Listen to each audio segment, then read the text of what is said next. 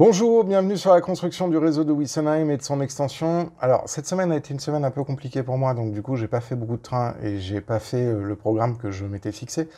Et donc là, on est déjà, au moment où vous allez voir la vidéo, on est déjà jeudi. Mais par contre, j'ai reçu quelques produits venant de chez Maquettis, dont un que j'attendais depuis très longtemps. C'est le TD Track de chez Woodland Scenic. Et donc, on va faire la mise en service de cet objet et donc je vais vous montrer un petit peu comment il fonctionne. J'ai pris aussi des spares pour pouvoir nettoyer et changer les patins de nettoyage. Et écoutez, je vous propose qu'on regarde ça et qu'on voit un petit peu comment tout ça fonctionne. Et ben allons-y.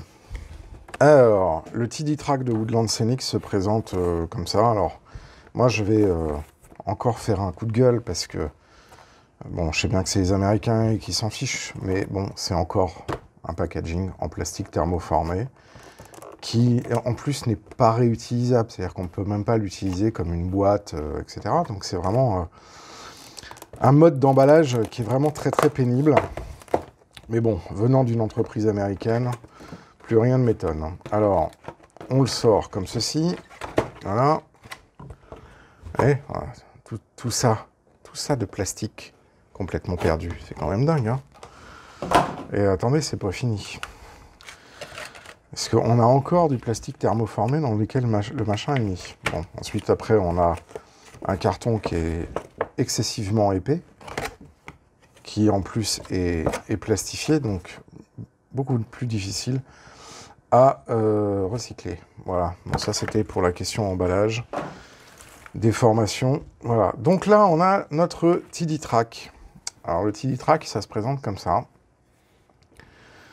Il est marqué TD Track sur le côté. On a une prise jack ici, et on a en dessous 4 prises qui nous permettent de pouvoir mettre ça sur des rails. Donc si par exemple je prends mon banc de flashouille et que je viens mettre le TD Track dessus, et bien là, je ne suis pas obligé d'alimenter avec le câble externe fourni, qui est doté d'une prise jack mono, voilà, et de 2 pinces crocodile avec les petits embouts isolants. Donc ça, je ne vais pas l'utiliser, puisque moi, je vais directement le mettre soit sur la voie de maintenance là-haut, soit directement sur mon banc de flashouille. Et donc, voilà. Ensuite, après, est fourni avec deux types de patins. Un patin dit grinder, donc qui ressemble un peu à du velcro. C'est d'ailleurs exactement du velcro. Donc, on est vraiment sur une surface velcro. Donc, éventuellement, si vous avez des bandes de velcro au mètre, en taillant à la bonne taille, ça vous évite d'en acheter. Bon. Et ensuite, après, on a des patins de feutrine. Je vais vous en montrer un. Alors pareil, hein, ça se met à l'adhésif. Et là, c'est une feutrine assez dure, assez compacte. Donc du coup, qui doit bien supporter les contraintes d'écrasement. Voilà. Et le TD Track est déjà fourni avec 2 patins. Et donc maintenant, on va faire un petit essai avec, pour commencer, des wagons de marchandises. Et ensuite, après, on va aller avec une locomotive. Alors, on va commencer avec un wagon de nettoyage. Bon, il n'y a pas de moteur, donc du coup, c'est simplement un nettoyage passif, où on fait rouler le wagon, comme ceci, pour nettoyer ses roues. Alors, le wagon n'était pas très sale, donc c'est aussi un wagon sur lequel il y avait un patin de nettoyage. Donc, on constate pas forcément beaucoup de saleté. Alors, le truc un peu con, c'est que quand on prend par exemple ce genre de voiture qui est équipée d'éclairage intérieur, là, on n'a pas beaucoup de place pour nettoyer, donc c'est un petit peu, c'est un petit peu dommage, en fait, qu'ils aient foutu déjà ces machins. Donc, pour le nettoyage des wagons, là, vous voyez, j'ai certains essieux, par exemple ici, qui ont pris beaucoup d'étincelage. Et là, malheureusement, ça, il faut plutôt un banc mécanique du style de celui qui est vendu et produit par Lux Model Beau. C'est-à-dire qu'il y a une action mécanique sur le nettoyage des roues que ça qui est à ce niveau-là n'est pas très adapté, notamment pour les voitures voyageurs UIC ou même les corails qui sont beaucoup trop longues. Et quand en plus on a de l'aménagement intérieur et comme ici des plaquettes en chrysocale qui servent à la captation du courant, et on est un peu marron. Là, il faut une autre méthode de nettoyage. Bon, maintenant, on va regarder pourquoi il est réellement fait, c'est-à-dire le nettoyage des roues des locomotives.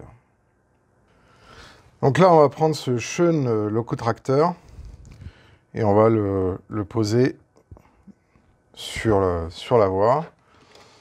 Et on va mettre un peu de vitesse.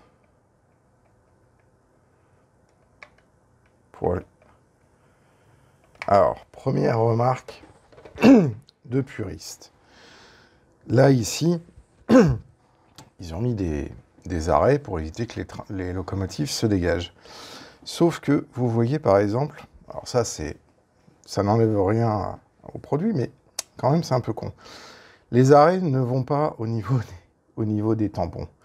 C'est un peu con parce que du coup, ça vient taper sur des éléments de détail au lieu de faire l'office d'arrêt des tampons. Ça aurait été quand même un petit peu plus intelligent que ça monte au niveau des tampons normalisés. Bon, là, on chipote un petit peu, mais quand même, sur ce genre de produit, c'est un petit peu dommage. Voilà. Et donc, là, maintenant, on va le maintenir. On va le faire aller à grande vitesse. Et on va aller le maintenir.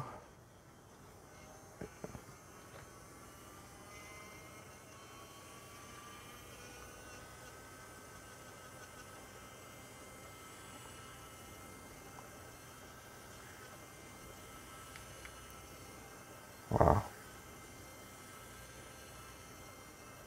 Pour essayer d'aller un peu partout. Et on arrête.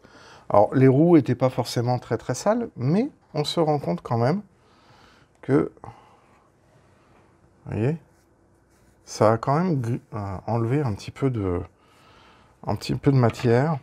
Alors, comme je fais rouler beaucoup cette locomotive, elle est pas très très très sale fondamentalement, mais quand même ça a enlevé un peu de matière. On va voir avec une autre locomotive maintenant. Cette fois-ci, on va prendre une locomotive à vapeur. Donc là, c'est une grande décapode. On vérifie qu'on est bien calé partout.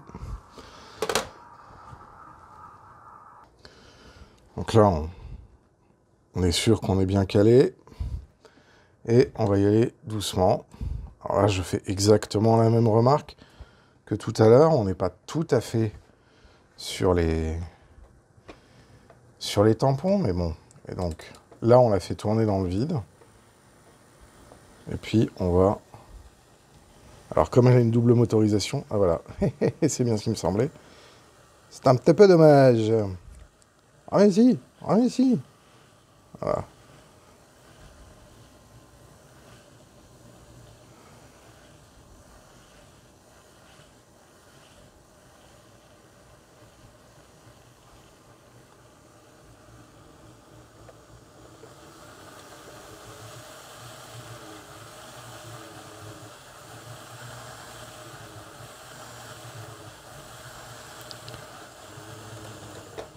Alors, on va arrêter.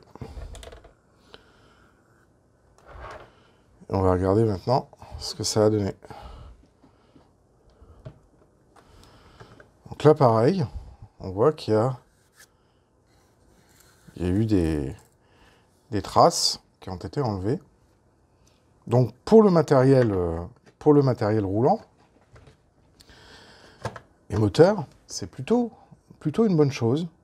Mais effectivement, on aurait aimé qu'il y ait certaines choses supplémentaires. Maintenant, on va regarder avec une autre locomotive, donc la CC 72030 de chez Rocco. Dieu, qu'elle est lourde, cette locomotive. Ah. On s'assure de bien l'avoir mis. Et puis, ben, maintenant, on va avancer doucement. Puis, on va la maintenir en place.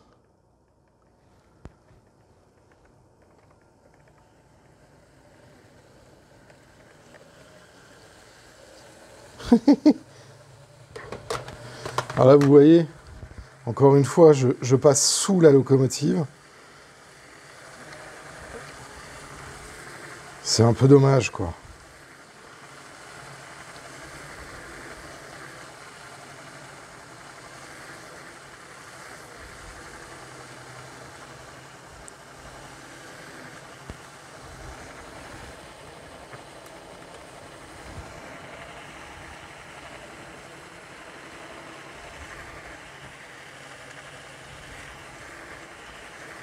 Voilà, je vais la soulever. Et donc, bah, là aussi, pareil. Ah, on voit que ça a bien noirci. Preuve que le fonctionnement est efficace. Et donc, ça redonne aux locomotives la propreté des roues. Alors, mes roues n'étaient pas très très sales, hein. Là, on a un bandage d'adhérence, 2 bandages d'adhérence. Mais elles ont bien roulé. Donc, c'est plutôt concluant. Alors, voilà ce que je pouvais dire. On va maintenant aller à la conclusion. Eh ben, dans l'ensemble, ce produit-là est vraiment sympa parce que ça permet de pouvoir nettoyer les essieux des locomotives, ce qui est quand même le plus pénible. Je regrette quand même que les 2 extrémités ne soient pas légèrement plus hautes pour permettre à la locomotive d'avoir l'usage de ces tampons. Là, on est quand même, dans tous les cas, que je sois sur la vapeur, le locotracteur ou la 72 000, beaucoup trop bas pour pouvoir permettre de bloquer et de sécuriser la locomotive au cas où elle part. L'autre chose aussi, c'est que, bah, du coup, le format du TD Track est quand même relativement contenu. Donc pour les très grandes locomotives, ben, ça ne fonctionne pas.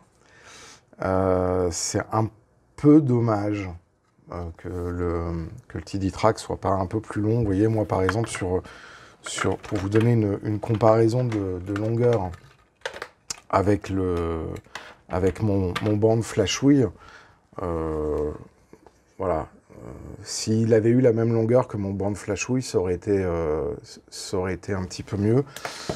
Pourquoi? Parce que quand on met notamment des voitures UIC, eh ben on se rend compte qu'on est vraiment au ras et donc on ne peut pas vraiment les faire bouger pour pouvoir nettoyer leurs roues correctement. Donc ça, c'est un petit peu dommage.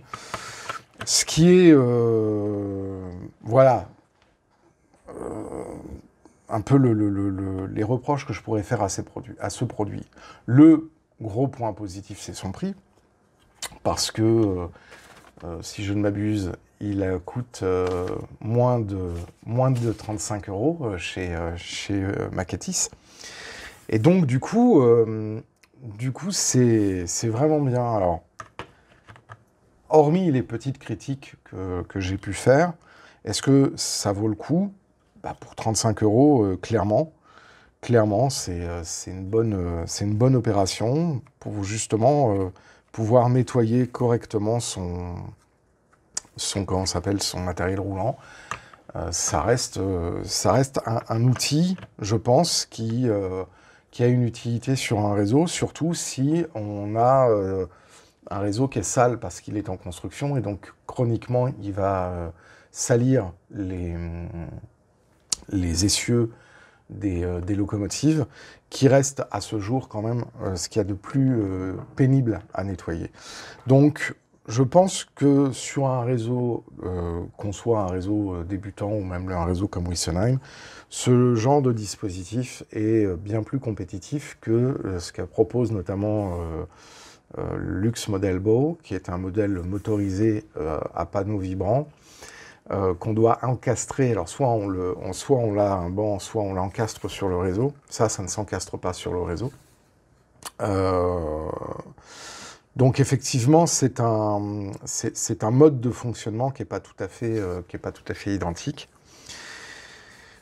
Mais pour le nettoyage des wagons, bah, autant les wagons de marchandises, ça peut fonctionner pas trop mal, hein, autant sur des voitures voyageurs, c'est pas la solution idéale. Et effectivement, à ce niveau-là, la solution de Lux Model Bow qu'on inclut dans un trajet sur son réseau, par exemple dans une gare cachée, etc., ça peut être intéressant. Après, c'est vrai que c'est pas le même prix, et qu'on est à un x10 entre la solution Model Bow et celle de Woodland Scenic. Celle-là, elle est multi-technologie, c'est-à-dire qu'on peut la faire fonctionner en analogique comme en digital, puisque en fait, elle ne fait simplement que reprendre le courant des rails et le remettre sur les deux rails laitons qui sont au centre pour donner l'alimentation locomotive. Donc voilà. Donc c'est pas un produit qui est parfait, c'est un produit qui reste néanmoins utile pour la maintenance de vos locomotives, que ce soit la petite maintenance de 30 heures ou la grande révision générale, que moi j'appelle hyper, donc indisponibilité périodique pour entretien et réparation. Donc ça reste un outil qui est intéressant, notamment pour décrasser les roues. De préférence, les roues des voitures, des automoteurs et des locomotives. Pour justement les grands wagons, les grandes voitures, c'est déjà un peu moins évident. Et là, il faut trouver un petit peu d'autres astuces. Alors, c'est vraiment dommage parce que quand on a de l'électrification, alors que ce soit des Perfect Coach, alors c'est moins grave avec les Perfect Coach, mais qu'on a de l'éclairage intérieur, en règle générale, quand on fait ces montages, on augmente le risque d'étincelage sur les essieux, et évidemment, ils vont avoir tendance à s'encrasser beaucoup plus vite.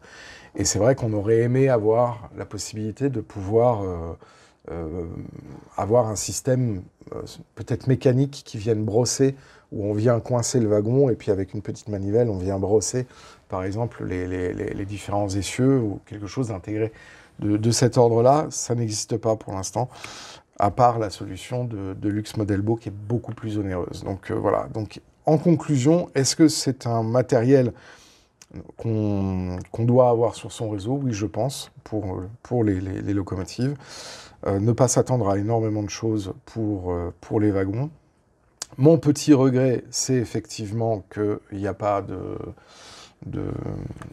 stop au niveau des tampons qui soient assez grands. C'est quand même fait à la base pour du matériel américain, où ils n'ont pas du tout ce genre de configuration. D'ailleurs, on le voit sur leur photo ici. Hein, comme le matériel américain n'a pas de tampon, bah, c'est vrai que les traverses de choc sont un petit peu différentes. Voilà, en tout cas, moi je suis quand même globalement très content d'avoir ce produit. Ça faisait longtemps que je voulais l'avoir. Pour le prix, c'est un excellent rapport qualité-prix. Pour la maintenance de son matériel, c'est très très bien adapté. Ça ne fait pas tout ce qu'on aimerait que ça fasse. Mais de toute façon, les outils, c'est jamais... quand on veut quelque chose qui fasse des choses bien, c'est jamais complètement, totalement multitâche. Voilà, en tout cas, j'espère que vous avez aimé cette présentation du Tilitrac de chez Woodland Scenic. Donc la référence de ce TD-Track, je vais vous la redonner, parce que je ne l'ai pas donnée tout à l'heure. Donc la référence, c'est TT4561. Il est actuellement en vente chez notre partenaire du projet Nomade, Maketis, au prix de 31 €, si je ne m'abuse. C'est ça, 31 € TTC. Donc, vraiment, pour l'entretien de votre matériel roulant, moteur, je trouve que c'est une très bonne chose. Puis là, vous voyez vraiment que ça a été efficace avec les 3 locomotives que j'ai mis dessus. Et donc, je vais pouvoir l'inclure dans mon protocole de nettoyage des 30 heures et des 1000 heures. Voilà, j'espère que vous avez aimé cette petite vidéo de présentation. Moi, je vous dis à très bientôt. J'espère pour le projet Nomade, mais j'ai énormément de travail cette semaine qui m'a éloigné un peu du train, malheureusement. Merci à toutes les personnes qui s'abonnent à la chaîne. N'hésitez pas à le faire si ce n'est pas déjà fait. Donc, cliquez sur la cloche, le bouton s'abonner pour être notifié lors des prochaines sorties de vidéos. Un grand merci aussi à toutes les personnes qui font des donations sur Tipeee pour le fonctionnement de la chaîne et puis pour le financement du projet Nomade, pour pouvoir notamment acheter du matériel qui n'est pas fourni par nos partenaires. En tout cas, un grand merci aussi à toutes les personnes qui laissent des messages en commentaire. Et puis moi, je vous dis à très bientôt pour la suite de la construction du réseau de Wessenheim et de son extension. Et d'ici là, portez-vous bien et faites du train. Ciao!